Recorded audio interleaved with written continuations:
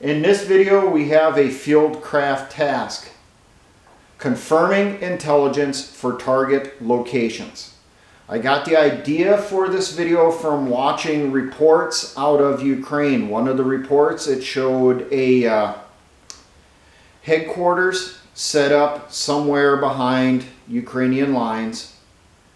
They received intelligence on the location of enemy units, so they were briefing a reconnaissance patrol of the enemy locations, sending them out, confirming the locations of the enemy units, and then there was the call for fires onto those locations. So I figured we can come up with somewhat of a battle drill on this. So the start of it obviously is select an area with known or suspected activity. This area could be chosen because of intel that was received. Civilians came in, told us, hey, I seen Russian tanks or enemy tanks in this location, or I seen enemy troops digging foxholes or trenches at this location. Or this town over here was occupied by enemy soldiers, they had tanks with them. Or potentially this area for reconning is chosen because reconnaissance drones that were going overhead, they were going to other missions, well, they seen indications of enemy activity in this area. Or potentially we were given photos showing that enemy was in that area. They didn't remember the exact location. They picked out on the map that, well, I think it was around here. Well, before we start dumping in fires, we have to confirm where the enemy actually is at. Or potentially, we were just studying the map. We know the enemy's in that area. We came up with some ideas of where we would put our units if we were in control of that area. Well, we're going to send in a team to confirm if the enemy's in those areas or not and what's there. Now, while the planning is being done, the team that is in the rotation to confirm the intel that's supposed to go out on that recon, they're prepping their gear. They're making sure everything's in order. They got the rations they need, the water they need, the ammunition. If there's any additional ammo or ordnance items they need to draw it, make sure they have enough of it. If they got any vehicles, they need to make sure that they're in good running order, fuel is topped off. They got any spare tires or anything like that that's needed for just in case emergencies. Also, while they're doing that and the planning is going on, the team that's going to go out, they need to go through and rehearse their battle drills. Things like react to enemy contact, occupying a patrol base or a location for performing reconnaissance, practicing launching drones if they have any with them. Now, while that's going on, the headquarters elements that's planning the operation, they're also looking around. The patrol leader will be selecting points where they should probably or could potentially set up their patrol base at. Picking out the locations where they're going to launch the drones from that will not give away their location to the enemy when the drone goes up. You don't want to launch it literally right next to the enemy position. You want to be a little bit away from it. After the planning is all done, the next step obviously is issuing the operations order. You're going to run through the battle drills, make sure everyone has it down pat, they know what they're supposed to do, and all the react to contacts and that type of stuff. You're going to show on the map where the areas are that you're going to be reconning. Let the team know what we suspect is in that area or what we think could be in that location. Give out the information that you have for confirmation. Each of these points of interest or areas of interest, you're going to have them numbered or named for doing the report for that location. It could be number, alpha sequence, or it could be a name.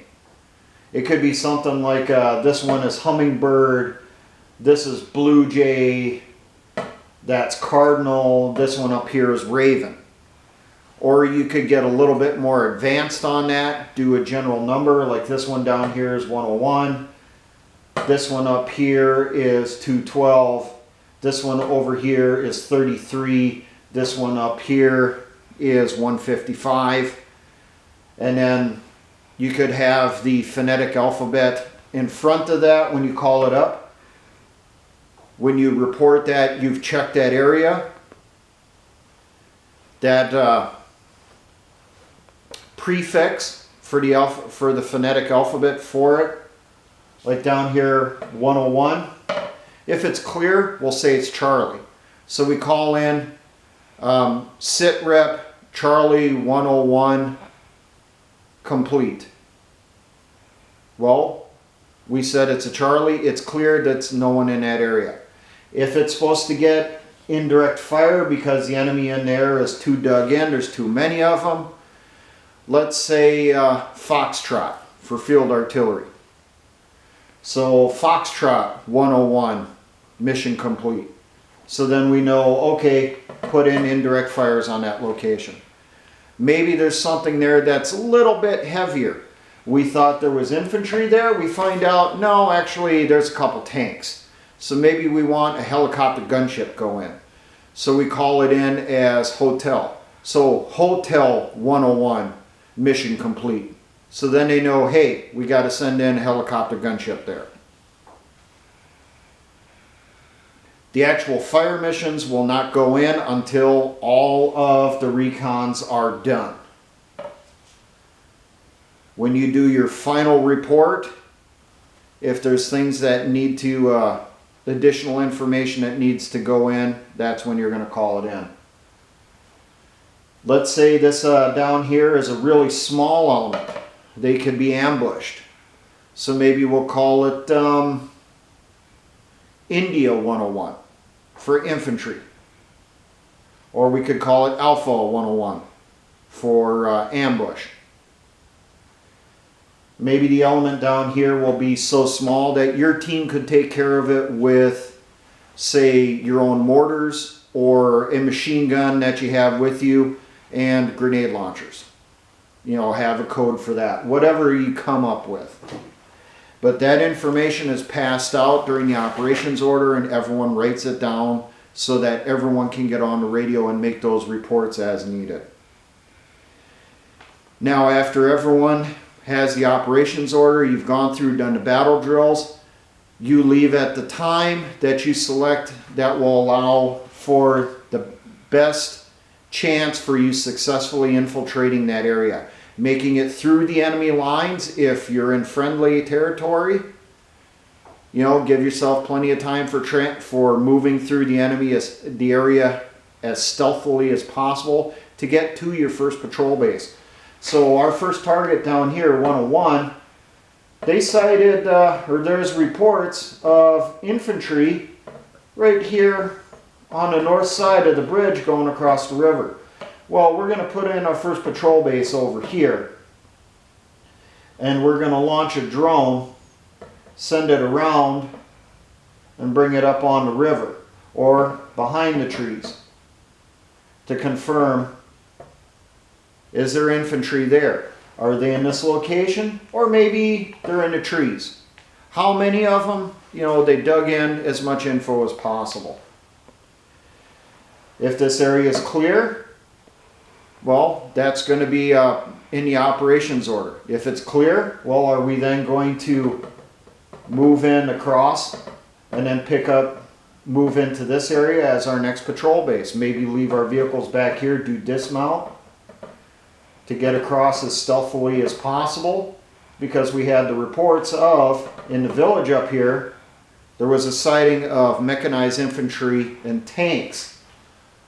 Because there was a sighting of mechanized infantry over here, we had a report of infantry digging in on this side of the forest over here. We figured these are probably mechanized infantry also. They may not have their IFVs or APCs. You know, those are probably located in a village here or potentially back here that no one noticed. But we figured, well, there's infantry in there, most likely mechanized infantry. So this area is clear. We leave our vehicles back here with a small team as security. We then have our battle drill, set up security here, push people across, set up security over here, rest of the team comes across, vehicles stay back here. We then occupy the trees in here. That's our second patrol base. We then go through and we're going to recon the next area. Well, we got a big open field here. Well, is the grass tall enough we can move through it? Or is it really short right now? Maybe it's right now, like the time that we're doing the video, it's early spring. The grass is all flattened out. So we're not going to be able to move across without being seen. Especially these tanks, it's very likely they have thermals. So we're probably not going to want to leave the cover here to cross the field to check those areas. So maybe we'll launch our drone.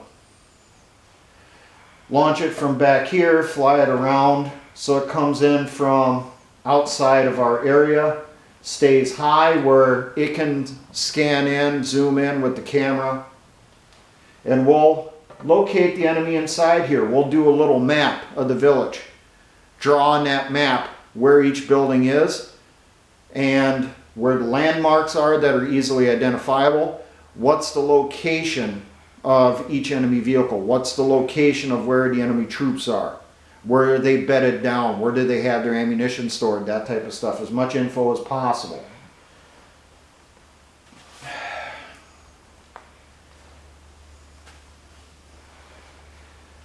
After we check this area, you know, we move our drone around and we check this area here. See, is there infantry in there or not? If we find infantry in there, are they dug in? Is there any vehicles nearby that they can run to? How many are there? You know, as much info as we can come up with. Because both of these are right near each other, instead of doing a report right away like we did with this one, announcing it's clear, we'll wait till both of these are done, or potentially this one up here also at the intersection is done too. And then call in for that cluster. If we find there's no enemy in this village, well then maybe we'll do a quick scan just to make sure they didn't pull back into here before we check this area. If the village is clear, well then maybe we'll pull out of here and we'll come in from this side opposite where that position is, do our next patrol base somewhere in here, maybe move some people to get eyes on here, maybe some people to buildings here to try to get eyes on here and confirm those targets. After we get as much information as possible, we disseminate it amongst each member of the patrol so that it can be turned in to hire or called in to hire. Now, if the area is confirmed there is enemy in that location, depending on the size will really determine how you're going to handle it. Is it a small element that you can attack and eliminate yourself? Something you can handle like maybe a fire team? Or just a couple people that are just disorganized sitting around. You don't see any positions there. You don't see any vehicles. They're stragglers. Their security sucks. Maybe they got like one person keeping watch and that's it. You know, maybe a unit like that you can take care of quickly, easily on your own. Or if the enemy is too large, there's too much there, they're dug in, maybe that's the one you're probably going to want to use that artillery on or an airstrike. One thing they did have in that report, they showed that the drone, they had ordnance with them that they could drop on that location in case it was a smaller element. They could put on the bottom of that drone mortar rounds with the pins already pulled on the fuses, use them as mini bombers, drop it right into a group of enemy troops. If it's an enemy vehicle there, well, they had RKG-3 grenades that they could attach to the bottom to drop right onto that vehicle. After the mission is complete, you have your exfil plan on how you're going to get out of there. Pull back. Get across somewhere either over here or over here. Get back to your vehicles. Pull out of the area. Make your final report. If you are going to do any of the attacks or any of the ambushes before you pull out of the area, that's when you're going to launch yours. And then you pull out. And as you're pulling out, you're calling up, hey, you know, that fire mission on to target Foxtrot 55 or 155. Get the idea? We got intelligence. We're going to confirm the enemy is there, find out what information, as much info as possible, how many they are they dug in, what type of vehicles, what type of setup, that type of thing. And then that patrol leader will make the determination, okay, it's best taken care of this way or this way, calls it in to hire. Get the idea? I will try to put the link to that news report in the description in case you want to watch that report. Maybe you'll pick up a detail that I may have missed that will help you with coming up with your own version of that battle drill. This is just something I threw together quickly. I was not a CAF scout. I was not a forward observer. I only ever had call for fires training once when I was a squad leader, because the unit commander determined all the NCOs had to be trained on it for just in case we didn't have a FO team with us. And it was a long time ago when I did that training, so it's very unlikely I could effectively do an adjustment for fires now. So, but there you go. Basic idea for a battle drill. If there are any CAF scouts or forward observers or forward air controllers, you want to give some tips to help people out to come up with a battle drill on this, you know, put them in the comments. Help people out. Let's pool our knowledge on this. Now, for all my engineer brothers in the Patriot militia movements, always remember, essayons.